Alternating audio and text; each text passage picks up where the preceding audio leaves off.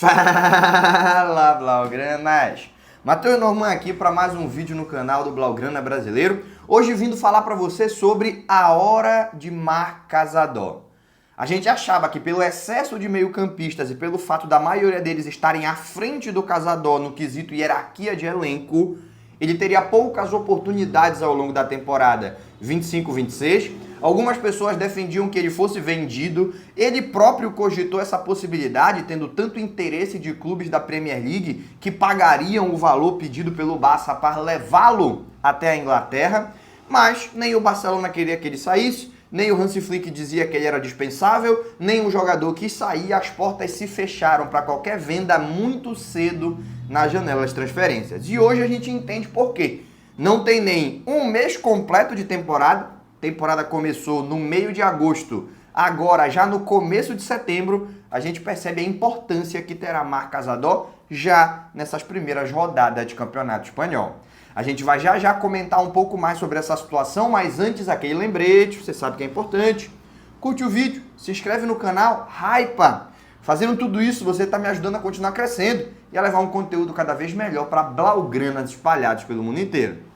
Já curtiu? Se inscreveu? Hypou? Então vamos lá. Você me deu o seu engajamento. Deixa eu te devolver entretenimento. E junto com entretenimento vem informação. Trago aqui alguns dados sobre Marc Casador na temporada passada pelo Barcelona. Casador jogou 36 partidas, 29 como titular e deu 5 assistências. Fez um gol, deu 5 assistências e dessas assistências teve contra a Bayern de Munique, teve contra Real Madrid, naquela mágica semana de outubro, o que foi um ponto de virada na temporada, né? Foi uma virada de chave, principalmente no quesito mentalidade da torcida. O time já demonstrava qualidade técnica para ser apontado como favorito ao título espanhol e candidato a Champions desde antes daquela semana. Mas foi ali, naquela semana, em que teve jogo contra o Bayern no meio da semana, jogo contra o Real Madrid no fim de semana, 4-1 em cima do Bayern, 4-0 em cima do Real Madrid, que até os torcedores mais pessimistas abraçaram a possibilidade do Barcelona sair campeão e alguns ainda ficaram reticentes a admitir favoritismo. Continuavam naquele discurso do mas o dia que encaixar Mbappé e Vinícius Júnior, acabou o futebol. O dia que esse Real Madrid der liga, acabou o futebol. Só que depois daquele 4-0 ficava difícil até de imaginar que poderia dar liga tão cedo. Não deu liga a temporada toda. Barcelona bateu o campeão e o Casador foi figura importante naquela boa fase e naquela excelente semana. Não é isso? Depois ele se lesiona, né? Ele se lesiona ali por volta de março. A lesão dele é uma lesão que o deixa fora pelo restante da temporada. Ele não volta a reaparecer mesmo nas partidas de menor importância, para poder focar na sua recuperação e estar 100% agora, justamente o momento em que a gente mais precisa dele. O que é interessante é que se repete um contexto de oportunidade para o jogador que não se imaginava que ele teria quando o Xavi é demitido. Inclusive, o Casador, quando o Xavi sai, ia sair também. Não por solidariedade ao treinador, mas porque imaginava que no Barcelona não ia ter chance. Porque era o que lhe tinha sido dito pela comissão técnica do Xavi, que ele não estava nos planos de curto prazo. Chega o Hansi Flick, muda essa realidade, dá chance para o Casador, dá chance para o Bernal e mantém esses dois talentos dentro da instituição. O caso do Bernal não era caso emergencial, ele não tinha planos de saída, mas o Casador sim. Renova o contrato a pedido do Hansi Flick e permanece no Barcelona por alguns anos mais. Quantos? Nós vamos descobrir em breve. E ali era um contexto em que não parecia que ele seria utilizado, mas várias lesões fizeram com que ele virasse até titular. E na temporada atual acontece a mesma coisa. Deixa eu trazer as informações para você aqui, ó. O Gavi, o De Jong e o Bernal, eles estão à frente do Casador no quesito hierarquia de elenco. E já estavam naquele contexto. No entanto, tanto lá quanto agora, os três não estão no seu melhor nível físico. No caso do Gavi, ele se lesionou em novembro de 23, retornou no final de 2024, já na metade da temporada passada, Mas até recuperar o nível físico, até recuperar o ritmo para ser verdadeiramente útil, ele ainda demorou mais alguns meses. Em outras palavras, na temporada passada, a gente não teve Gavi. O que a gente teve foi uma pré-temporada do Gavi, enquanto a temporada acontecia, para poder jogar em alto nível na temporada atual. É normal, quando acontece uma lesão desse tipo, uma lesão com rompimento do ligamento e danos colaterais no menisco, é um ano para o cara voltar a jogar e mais 6 meses para ele voltar a jogar no seu melhor nível. Quando volta, quando é um jogador muito novo, como já foi o caso do Wirtz, ele teve a mesma lesão do Gavi.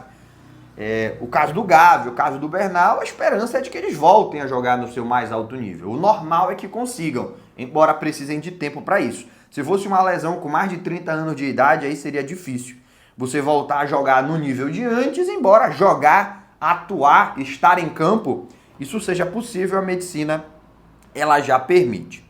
Não é isso? Agora, o que está acontecendo? O Gavi está com um problema no mesmo joelho. Não é a mesma lesão, ele não rompeu o ligamento novamente, mas o mesmo menisco do mesmo joelho, que naquele contexto sofreu danos colaterais, agora está com acúmulo de líquido. E se cogitou fazer uma artroscopia para limpar esse menisco. No final das contas, tomaram a decisão de um tratamento conservador, vai ser só na base da fisioterapia, vai ser só na base do anti-inflamatório, que é para o Gavi poder chegar ainda no fim desse mês disponível ao Hansi Flick, mas não se descarta que se esse tratamento conservador não der certo, ele tenha que passar por uma cirurgia novamente, menos invasiva, não é, repito, rompimento de ligamento, ele não vai precisar ficar mais um ano fora, mas faria uma artroscopia e aí, irmão, é para voltar lá para novembro, voltar a ser útil, voltar a estar disponível para o seu treinador só daqui a 2 meses. Até o fim desse mês, tratamento conservador. Chegou no fim de setembro, como é que tá o joelho do Gavi? Não, tá de boa, pode ir para a batalha. Então tudo bem, cancela a cirurgia, vamos seguir a temporada, o tratamento conservador deu certo. Se não for o caso, chegou no final do mês, ainda não melhorou, ainda não conseguiu voltar a treinar, ainda não conseguiu voltar a jogar, então, Gavi, bora fazer o seguinte, artroscopia, bora limpar essa zona aí que ainda está um pouco poluída, que ainda está um pouco afetada, você vai passar um tempo maior se recuperando, mas você vai se recuperar e você vai poder voltar a jogar. Isso daqui, gente, não é raro, tá? Caramba, coitado do Gavi, tá bichado? Não é raro que você precise, em alguns casos, depois de uma cirurgia desse tipo, passar por cirurgias secundárias. Não é raro, acontece bastante. E repito, quando é um jogador de mais de 30 anos, você já começa a vislumbrar fim de carreira. Quando é um jogador 20, 21 anos de idade, aí você tem tempo suficiente para uma recuperação total e para volta ao alto nível. Não é uma notícia positiva, mas tampouco é uma notícia de que o Gavi tem que se aposentar. A situação do De Jong, aí continuando na comparação, temporada passada e a atual, né?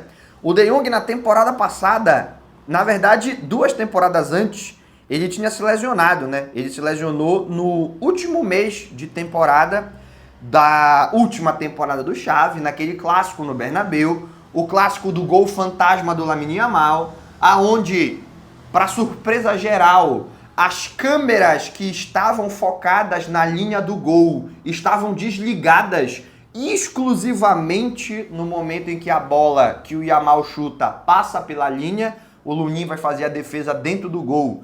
Ali o VAR é acionado, mas quando pede o acesso às câmeras que focam na linha do gol, só elas estavam desligadas, uma situação extremamente curiosa, uma situação que só acontece no Santiago Bernabéu, a magia do Bernabéu, os 90 minutos muito longos no Bernabéu tem a ver com isso também, e estava desligada ali naquele clássico, e só não ficou mais chamativo esse erro de arbitragem, essa falha de equipamento, porque também foi o momento da lesão do De Jong, De Jong com aquela imagem muito feia do tornozelo completamente virado, o tornozelo dele que não estava curado, o De Jong precisaria de mais algumas semanas de tratamento para voltar a aparecer. Mas pelo nível de importância do duelo de mata-mata contra o PSG, ele antecipa o seu retorno em quase um mês e paga o preço por isso. Não vai para a Eurocopa e passa a primeira metade da temporada passada inteira fazendo o tratamento para recuperar a solidez na sua pisada e a confiança no pé. Acho que vocês devem lembrar disso. Teve uma época em que, clinicamente, o De Jong estava 100%, mas psicologicamente ele ainda estava tirando o pé da dividida, por conta do trauma. Ele ainda estava correndo em campo, sentindo o tornozelo, tipo assim, pisando para saber se o tornozelo estava realmente bem fixado no chão, se ele não estava correndo risco de lesão. Até que isso daí foi superado, ele voltou a jogar em alto nível. Então, nesse momento inicial, ainda do De Jong se recuperar, foi o Cazador que arrebentou. Foi o Cazador que foi utilizado. Depois o De Jong voltou e aí recuperou a titularidade. E no início da temporada, não era o Cazador o titular, era o Marc Bernal, né? Uma das grandes surpresas positivas do Barça do Hansi Flick. Nas 3 primeiras rodadas, ele jogou de titular contra Valência, Atlético Bilbao e Rayo Vallecano. E ali a gente já tinha percebido o Cubarsí na defesa, o Yamal no ataque e Marc Bernal no meio campo.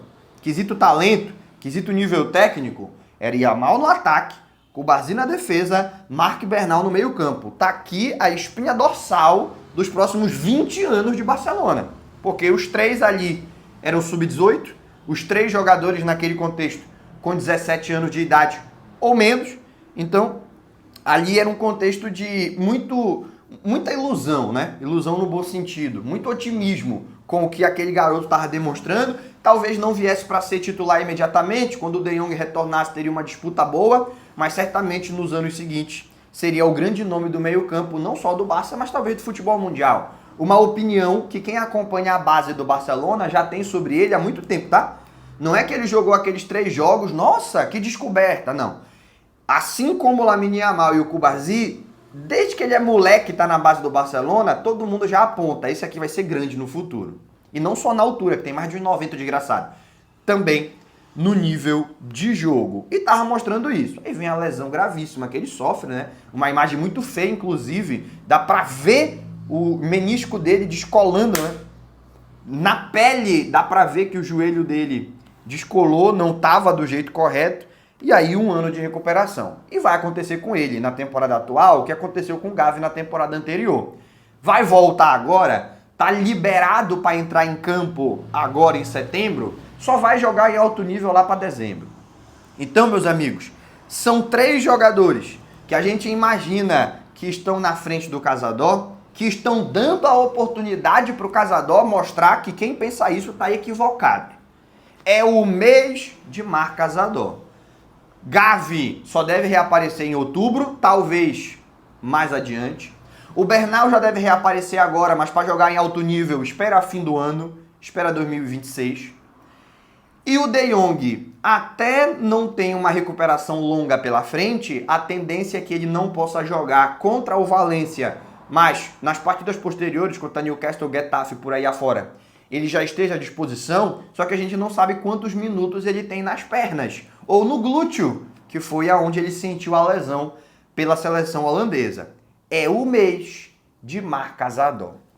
É o mês do Cazador brilhar, para que o De Jong possa se recuperar, para que o Bernal possa ganhar ritmo, para que o Gavi possa ter tranquilidade no momento de tomar a decisão melhor para sua carreira, se é tratamento conservador ou fazer uma artroscopia. É momento de Marc Cazador dar um passo à frente e mostrar que ele não é jogador de fundo de elenco. Ele é jogador para ter importância durante a temporada e ajudar o Barcelona a conquistar títulos. E isso ele já fez. Não é novidade para ele. A gente trouxe aqui os dados. Na temporada passada foi exatamente a situação que ele viveu e esteve à altura do desafio. Com a sua aparência franzina, mas com a sua personalidade de guerreiro. Chega junto. Nesse meio campo recheado de maestros, o Cazador é o nosso único pitbull. Pelo menos o único que está disponível agora, porque o Gavi não vai estar à disposição. Nesse meio-campo recheado de jogadores extremamente técnicos, de maestros de orquestra sinfônica, o Marc Cazador é o segurança que está na porta do teatro, dizendo quem pode e quem não pode assistir o espetáculo. Marc Cazador, nesse momento, é a figura que vai ser titular do Barcelona contra o Valência e que precisa mostrar o que já mostrou no passado. Nível psicológico, nível técnico, nível físico, para manter esse time funcionando e ganhando 3 pontos. que em campeonato de pontos corridos, no primeiro ou no último mês vale a mesma coisa. Galera gosta muito de pensar, de dar importância só para as últimas 5 rodadas, mas as 5 primeiras também decidem campeonato. Ele tem essa personalidade, missão dada, missão cumprida. Vai ter que mostrar ela mais uma vez. Beleza? E eu acredito que vai conseguir. Você concorda ou discorda? Se manifesta aí nos comentários. Marc Casador está à altura dos desafios do mês de setembro, quando nós vamos jogar contra a Valência, contra Newcastle e contra a Getafe, ainda com o De Jong podendo ou não ser titular, depois a tendência ele já está 100%. Marc Casador está à altura para fazer dupla com o Pedri, como já fez temporada passada? Quero a sua opinião. A minha e os dados que eu tinha para trazer já acabaram. Então a gente se encaminha para encerrar esse vídeo. Mas antes, aquele lembrete, vou repetir. Às vezes lá no começo eu peço a curtida, você fala, não, ainda nem assisti o vídeo, porra, não sei se eu vou gostar, como é que eu vou dar o like? Agora você já assistiu, ficou comigo até o final, é porque gostou. Então curte, se inscreve, hypa, me dá o teu engajamento. Fazendo isso você me ajuda a continuar crescendo e a levar um conteúdo cada vez melhor para blaugranas espalhados pelo mundo inteiro. Por hoje, a gente encerra. Aquele abraço e até o próximo vídeo.